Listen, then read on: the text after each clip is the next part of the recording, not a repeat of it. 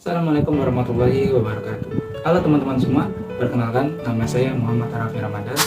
Pada kali ini saya akan mempresentasikan materi yang diberikan oleh dosen saya, yaitu Bapak Ihsan Maulana, pada mata kuliah Dasar Logika dan Algoritma di Universitas Yatsi Madani.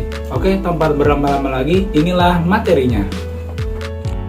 Kita masuk ke materi pengantar flowchart keputusan, menggambarkan logika, pemrosesan logika dalam flowchart. Sebelum itu kita harus tahu dulu nih, apa itu flowchart keputusan? Flowchart keputusan adalah representasi grafis dari langkah-langkah atau keputusan yang diambil dalam suatu proses atau alur kerja. Ini menggunakan simbol-simbol khusus untuk menggambarkan alur keputusan dari awal hingga akhir. Flowchart keputusan membantu memvisualisasikan logika pengambilan keputusan, baik dalam konteks pemrograman komputer maupun pengambilan keputusan bisnis. Dengan menggunakan flowchart keputusan, kita dapat dengan mudah memahami alur logika suatu proses dan mengidentifikasi langkah-langkah yang diperlukan untuk mencapai hasil yang diinginkan. Sebelumnya kita sudah belajar ya tentang algoritma ya.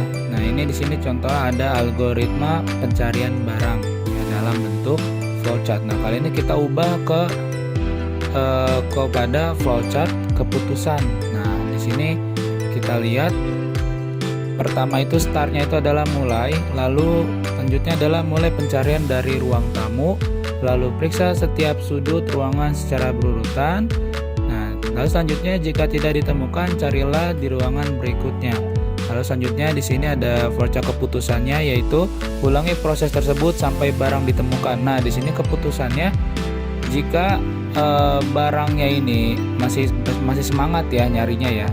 Jika masih semangat nyarinya itu, maka si orang ini dia akan mencari barang tersebut, diulangi lagi. Nah, kalau misalnya nggak ketemu, dicari lagi. Tapi kalau udah males atau emang udah nggak ketemu, nah maka dia akan ke atas nih, ke barang tidak ditemukan. Nah, lalu selesai ke pencarian, lalu selesai. Tapi beda lagi ceritanya kalau barangnya sudah ditemukan. Nah, dia akan masuk ke fase yang ke sebelah kanan ini. Jika barang ditemukan, selesai ke pencarian tersebut, lalu selanjutnya ambil barang tersebut dan selesai. Nah, keputusannya ada di ulangi proses tersebut sampai barang ditemukan. Begitu. Kita masuk ke materi yaitu flowchart dokumen. Nah, apa sih itu flowchart dokumen? Flowchart dokumen adalah representasi visual dari proses pengolahan dokumen atau aliran informasi dari satu tahap ke tahap berikutnya dalam suatu proses.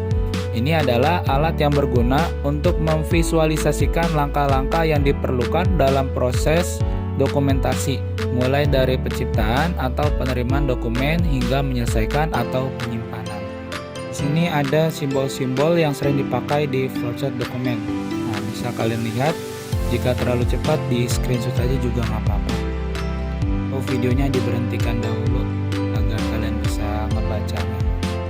Dan di sini ada flowchart dokumen. Nah, di sini flowchart dokumen kita contohkan sistem hutang ya, sistem hutang suatu perusahaan. Nah, di sini ada di bagian hutang, itu dimulai ini si penghutangnya ya, mulai. Lalu menerima faktur dan barang ya. Lalu faktur pembelian kredit dan segitiga N ini itu maksudnya arsip ya. Lambang N itu segitiga itu adalah arsip. Lalu selanjutnya kita ke bagian gudang. Nah, di sini tanda lingkaran angka ini maksudnya adalah selanjutnya ya. Bagian selanjutnya. Lalu prosesnya lanjut ke faktor pembelian kredit bersamaan dengan barang. Nah, lalu membuat kartu hutang. Nah, lalu akan dikasih yaitu kartu hutangnya.